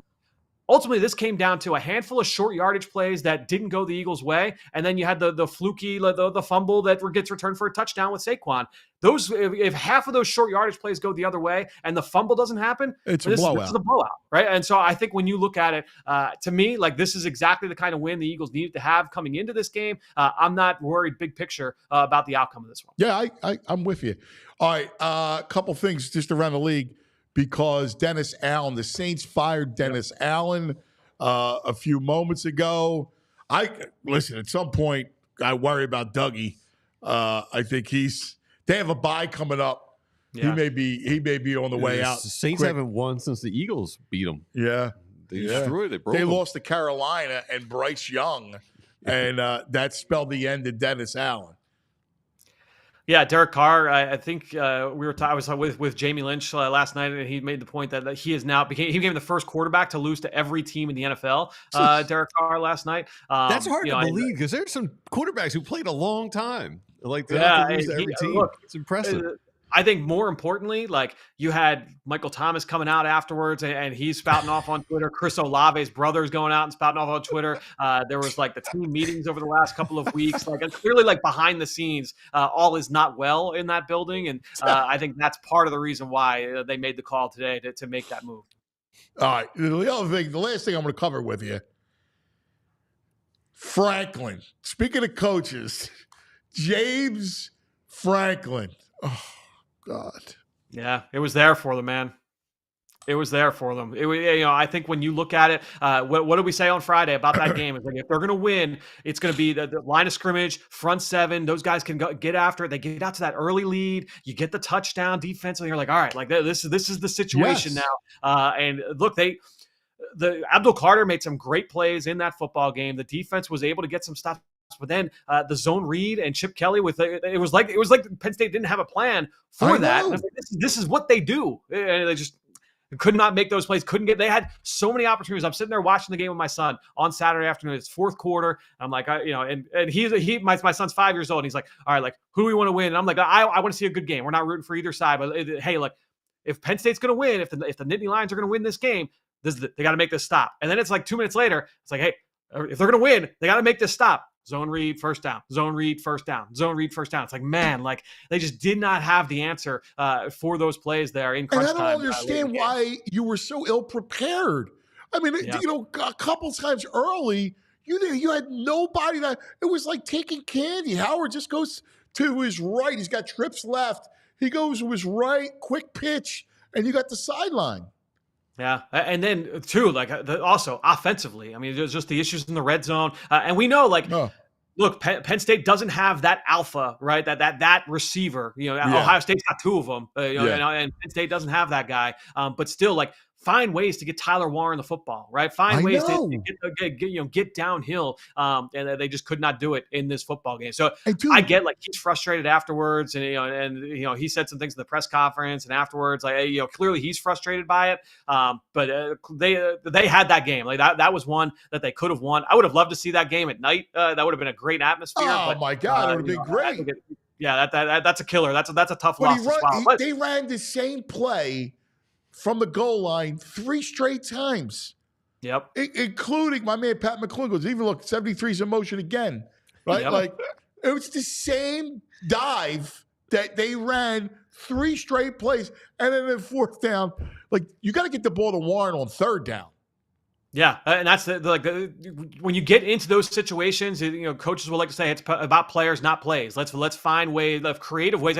And honestly, like, over the course of the last few weeks, watching them on film, they've done that. They've done, like, some really creative stuff. We saw Tyler Warren in the Wildcat, and he's getting direct snaps and running downhill, some fun stuff. And in this game, like, they just didn't have those dialed up and ready to roll. All that said, like, the path to the playoff is right there in front of them. They should. They're going to make the playoff. Look at the rest of their schedule. They have to win out. The problem, though, is, like, if you're Franklin, your record is so abysmal against top 5 opponents and Ohio State that, it's nice that you're making the playoff, but it's a bigger problem. Yeah, like, what's going to happen when you play good teams? Yeah, and that's where ultimately, like, it's like, all right, like, I'm alive to the next one, right? And so, like, hey, if you can get into the playoff and then you find a way to get that win, and now people forget about it. So I think that's the big thing that they got to focus on is all because now they're probably not going to have to play Oregon in the Big Ten title, right? Just because of how the records are going to shake out. So you avoid a misstep there in terms of, like, that's a likely loss. They have to fix that because playing in the conference championship game now is a negative. Right. Like, yeah. Well, and that's what I think that'll be interesting to just see how the committee rules all of that stuff in the next few weeks. Obviously, we'll get the first set of rankings here tomorrow night. But I think that how the whole committee goes this year, it kind of sets the standard for the next few until they expand again, because we know that's coming. So they'll expand the playoff again, the next, like, 3 to 5 years. But how the committee acts and rules on this stuff this year is more important than ever. I agree. You guys just listen to this set. James Franklin versus AP top 5 teams, 1-13. Yeah. 1-13. Yeah. Yep. Well, we knew those numbers. But let me go yell at a fan. Like, these dudes, come on, man. I hate to bring up Andy Reid. I heard people say the most vile things to him. I remember when I was embedded with them, and I heard the stuff that was said to that man. He didn't even bat an eyelash. You got to have the blinders on. You can't do that. Yeah, and how often do we say, like, Andy always took that on the chin and said, like, hey, I got to do a better job, and people kind of mock him for it, but that's the mindset, right? It's like, that's the hey, like, I got to do better. And look, internally, you may feel different, and you make, like, you're in a coach and you're trying to get your guys better, and you're trying to fix things, but publicly, like, outward facing, like, direct everything at me because I can take it. That's ideally what you want from your head coach. That's right. Franny, great stuff as always, brother. Always love hanging with you, man. Fun stuff. Thanks, appreciate it. We'll talk later this week. Franny Films. He does a great job. You got to make sure you check his workout. All PHLY. Yeah. It's tremendous. Die Hard subscription's worth just getting his notes. They're in depth. Yeah. He spends hours and hours on those things. All right, let's talk about Parks Casino. Street Road, Bend, Salem. Oh, yeah. Parks Casino, this is how you win. So much fun. We talk about the Bet Parks app, but what about the casino? Make it part of your entertainment places to go during the week, man, between the great restaurants and happy hours to the Excite Center. Right off of Street Road, Bend, Salem, 95, the PA Turnpike. It's right there, so close. And the Excite Center named one of the best places for concerts and comedy. Tickets on sale now for these headliners. You ready? just announced comedian Ron White, who's hysterical, March 21st. Jerry Cantrell from Alice in Chains on February 8th. If I could you. Yeah, I didn't know that one. You don't know Wood? Come on, It's like their dude, second most really? popular song. No, I didn't know that one. Actor Richard Kind from Curb Your Enthusiasm. He's hysterical, January 24th. November 14th, Ezra Ray Hart.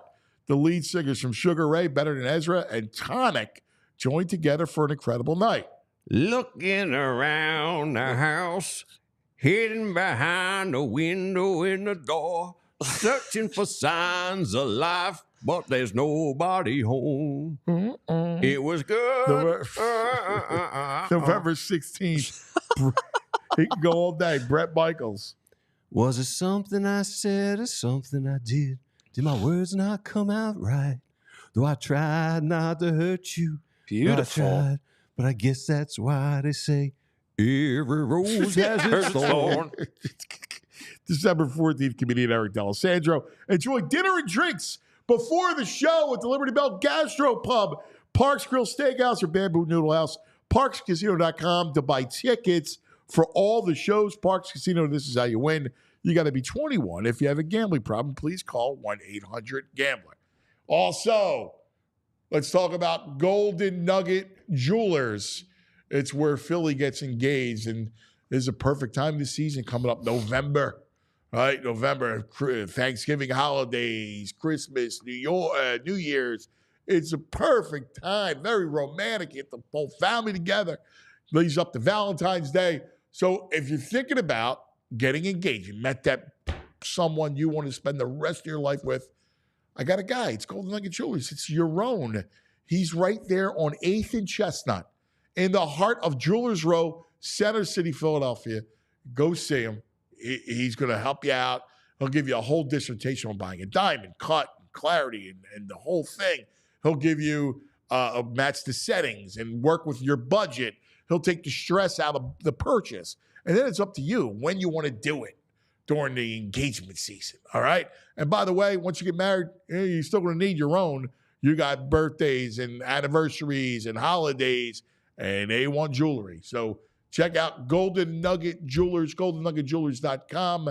Golden Nugget Jewelers is where Philly gets engaged. All right, coming up, we're going to do the playback in just a moment. Can I just say something real quick? Yeah. Going back on Fran Duffy. If you like Fran Duffy, if you like listening to Zach Berman or reading any of their stuff, Bo Wolf, Kyle Neubeck, Derek Bodner, whoever it is, today is literally the last day for our Die Hard special. It's a $4 a month special that you can get today as your entry price. So if you want that and all that great content, you better get it now. Yeah. Yeah, it's great stuff. Like a blue light special when I worked at Kmart. Oh, yeah? Now available. Oh, really? In the sports section. In this, yeah. Today only. A Flyers jersey. That's great. Yeah, check out this stuff. It's unbelievable. It really is. Hey, before we get to the playback, we got to discuss this. The weekend was insane. Oh, We talked about James Franklin, crazy. jawing with a fan and then sniping at a press conference. Tell like his student, be a man or whatever. Come on, bro. Yeah, that's outrageous. Earlier, you had Jason Kelsey spike some punk's phone. Dude, you can't get involved. I love you, Jace. You gotta step away, man. You just gotta keep moving, man. I know the kid was a punk, and he deserved to get spiked. He deserved a phone to get smashed. He did, but it just serves you no purpose. ESPN should have some security for these guys when they come to an event like that. I know. Totally agree. The kids have been drinking since 6 a.m. or whatever. They're gonna act a fool. Yeah. Yeah. Just you know what, and you just got to be like, dude. Blinders on, man. And Mike Tyson made a quote years ago about social media and how people are so easy to say anything that they want because they're behind a screen, they're behind a phone, they have a keyboard that they can say whatever they want. That the people are they just don't think about desensitized. repercussions. They don't. They're completely outrageous. Yeah. They have no respect, and Like in that situation, like that kid is a punk. Honestly, he deserved his ass kicked. Right? Yeah. Like, Yes. quite frankly. 100%. But you can't. You're Jason Kelce. Unfortunately, you got 2 months to lose. You don't need that headache, and it's a shame because there's no boundaries, there's no respect, and right away there's 1,000 kids recording the whole thing. Everybody there. Everyone's was trying recording. to get something for TikTok or It's just just- something it's that would go disgusting. viral. That's an thing. epidemic It's in such itself. a bad culture. It's horrible. Yeah. It's a shame. And then Friday, you had an entire mess of a situation with Joel Embiid. He calls the press conference. There's a big problem. All right. He calls his press conference on Friday. Right. He talks about the Marcus Hayes column, which I'll be honest with you, I didn't read where it was inciting his brother or his son. I mean, I'm sensitive to that stuff I too. mean, he mentioned it. The thing with me is Marcus could have made his point without even bringing that up. You know, the Agreed, whole but it refund, wasn't like it sounds worse when you talk about invoking it. right. It was pretty benign. Either way, Joe, like seriously, Yeah. you can't get Saturday night. Got to do He better. shoves him. There's an altercation. Hayes offers, Marcus offers to apologize. Like you don't need to. Like what? Like what are you doing? And don't you think like the PR people know he's stewing about this? Like they have to have his temperature. It's a whole day later. He's still amped up about it. You got to know something's brewing. Yeah, I mean it's it's ugly down there. And it you sucks. lose again. Yeah. You're 1-4. They need Paul George back in a big way. He's probably frustrated over the knee. He is, and like here's the other thing, dude. Here's what you can't do. You could say, "Hey, look, I've played through all kinds of injuries. I've had a myriad of injuries, and I've played through it all." Right? Like I've showed you I'm tough. I showed you I'm willing to play through, put my body on the line. You could say all that. Like he should say all that. He's done that. Yeah. You can't Agreed. say all I've done for the city. Not when you can't get past the second round of the playoffs. I mean, Come on, man. come on, brother. And here's the other thing. You are getting $500 million Right. to do that. Like, I if you're out feeding the homeless every day, I might say all you've done for the city. But like you just can't do that. And I love the guy, but come on, man. Like there's got to be perspective. Like Yeah. Definitely. Thrown out there that you got a Purple Heart. Like, come on. And the thing that irks me. This is where you need, and again, they live in another world. Like half the times you can't even blame them because that league is a mess. They are put on a pedestal. They're treated like they're all separate companies, and they all delusional. They're surrounded by yes people. No one who tells them just Right. chill, dude. Just like let it Like, go. don't worry about that. Yeah. Like, listen, don't worry about Like, that guy. the whole don't pub- worry about the story. Don't worry about media. Yeah. Just get rehab and get back when you can. The thing- Exactly, because the whole public was already anti-Marcus Hayes and hating him. You don't need this to clutter that. Just let Marcus Hayes twist in the wind with people fired up about him. The thing that clowns bothers me too about his comments about, oh, I've done all this for the city. That's great if that's where you want to go. But like, dude, did you have to go to the Olympics and play? Well, listen, If it was gonna again, agitate I'm not your gonna knee? say- I don't know the knee. I don't know the whole thing. We've said it 100 times.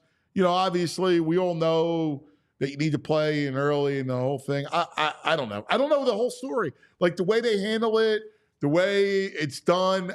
Nobody really has a straight answer. Nobody does. And listen, I know Marcus is enemy number one, and look, he's doing his job. He's a columnist who is outspoken. That's his job, and he's got big stones, and he takes a stance, an opinion, and I respect that. You may not agree with it, but that's his opinion, and I respect his opinion. I mean, some people in the chat are saying they took it as a way that, like Marcus said, he's tarnishing the memory of his dead brother by not playing. I mean, listen, you could twist it and read it into a pretzel and get it. I understand it, but I thought it was pretty benign. And if you guys take it like that, then fine. Here's my thing: don't engage in it. Right. You don't need to engage in that stuff. Yeah. And you know who it's coming from. That's the way Marcus rolls. Yeah. Just don't do it. It's a shame. And nobody needs the headache. Yeah, exactly. And that's why, like, this weekend is like the whole world's insane. Everything this franchise right now is going through. Oh. This is just not good timing. That just Kevin Cooney had thrown out something over the weekend. The minus 19 rebounding deficit, the largest any team's been out rebounded since the merger. Since the merger of NBA ABA. Man, poor Baxi. Poor Tyrese. At this point, I tweet he might as well just sit out too until these guys come back. I Why risk agree. getting injured in these meaningless games? They're ugly, I that know. team. That team is ugly. Well, let's have some fun, shall we? Let's relive yesterday, the good stuff. All right? Let's relive some of the good stuff. We have we got a lot of good stuff, some of the good highlights from yesterday in our playback. This portion of the show is presented by Rite Aid, your neighborhood pharmacy, riteaid.com. Let's start off with a little Jalen. Everybody up. Hey, short and sweet today, man. Ain't none of this promise. So what the you gonna do with your mama right now? What you gonna do with your mama right now? All the we go through, all the time we put in this. Show me something tonight. Let's go. Team on 3, 1, 2, 3. Team! I had a conversation with Mossmo yesterday. He had a game in the morning. We gotta get everybody fired up. Come on, dude. Get your squad fired up. Yeah, you got to do one of them. Yeah. Listen to Jalen. Yeah. How about the Saquon catch we talked about on the wheel? Dude, the way he finds the ball, his hands, the way he adjusts his great body. hands, man. Take a look at it. Second down and 10. Hurts with time. Now looking end zone for Barkley. Got it! Touchdown! And there it is. The first points in the first quarter this year for Philadelphia. Get off the schneid. Dude, I love the wheel route. I'm a big fan of the wheel route. Well, ever since Westbrook? Deuce ran. Andy used to run the wheel route a lot. Shady would run it every once in a while. Well, Westbrook was the best at it. He's got great hands, too, Saquon. He does. He's just outrageous, man. The way he puts his body in there and he gets positioned, it's great. Let's show the Saquon hurdle. Look at this. This is this is unbelievable. This is something you can always remember. This is the AI crossover. Yeah, this you're hurdle, right. Yeah, this step over. It's worthy of another look. We got to see this again. This kid is special, man. This you didn't even think to do that. Worthy of another look. We got to see this again. This kid is special, man. This you didn't even think to do that. Poor Giants fans that are just at That's sick. Guy didn't even touch him. Not even, just totally cleared him. Leapfrogs him, reverse leapfrog. You got to be kidding me. That's unbelievable. Let's have some love for the defense. Let's go, Josh Sweat. Hey, he fired off, man. Yeah, he's been consistent this year. 3rd and 4. Lawrence in trouble, and he is sacked. Josh Sweat with the sack. His 4th of the season. They had a hard time getting the pressure during the hurry-up offense in that 4th quarter. No. That's what it's for. Coop. Big stop. Coop. Let's see. Everybody loves the Coop. Coop and Q. I saw a lot of Coop jerseys at tailgate Coop yesterday. and Q, my two favorites. Lawrence pressure coming, stands in there, fires, incomplete. Intended for Trammell and the rookie Cooper DeJean. He got there a little early, but he did it in a savvy vet way where he the did. hands wrapped nicely around. Yeah. How about some Zach Bond? The extension has to come. We were talking about it all weekend. That thing's got to happen. Jacksonville offense that has really struggled in the first half. And ETN couldn't hold on to it. Did Bond pick it? Oh, Tiki Barber. Oh, he's horrible. Oh, wretched. Tiki's terrible. Not the Tiki Steelers. the terrible. Tiki terrible. And Andrew Catalan. Oh, my God. Him trying to make that call, like Saquon, the fumble. Yeah. Like, he didn't even know what was going on. Like, dude, you were running back Yeah, for that how was many bad. years in this league, and you can't make that call? You don't know what's Yeah. going on? Come on, man. Do better. This run by Saquon was outrageous. Just a 3rd and 16? Yeah. 3rd and 17? Yeah. It's Nobody a great touches him. It's a great call. And he just starts what's Jacksonville doing? I mean, like I've seen that. It's like they all had their that backs to misdirection run like all the time. Like what? Like what? They all looking at the fans. On Third down and 17. They'll run it with Barkley. Barkley at the 10. 5. Touchdown! It was a diagonal line to the end zone. Like even if they're just playing like at the first down marker, how do they not touch them? Somebody. I know. I mean, the coach's reaction, that's a great call. Great. Like, coach's reaction a little overboard. Kellen Williams run down like it's the fourth quarter of an championship game. Come on, dude. You're up 16-0 against the Jags. I hear you. Relax. Like you've been there. I got you, buddy. I got you. Halftime. Shady becomes an Eagle Hall of Famer. Yeah. Shady from Harrisburg. Shedding some tears. Good to see.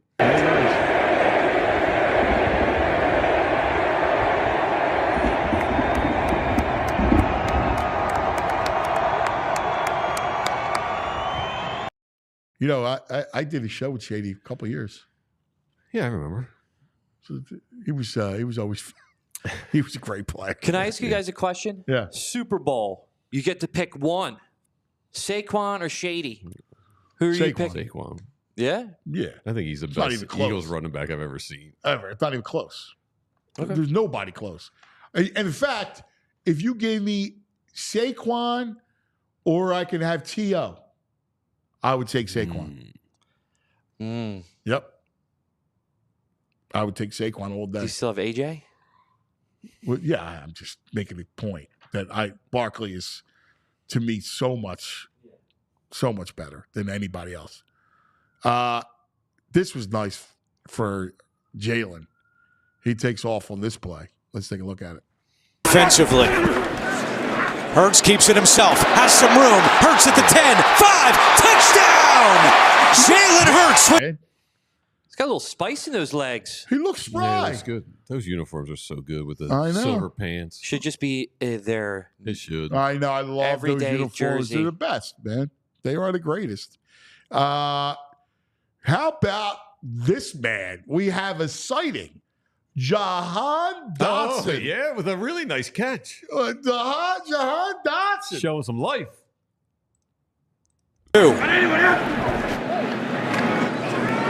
Hurts looking deep down the field for Dotson. Oh, and he juggled it and caught it.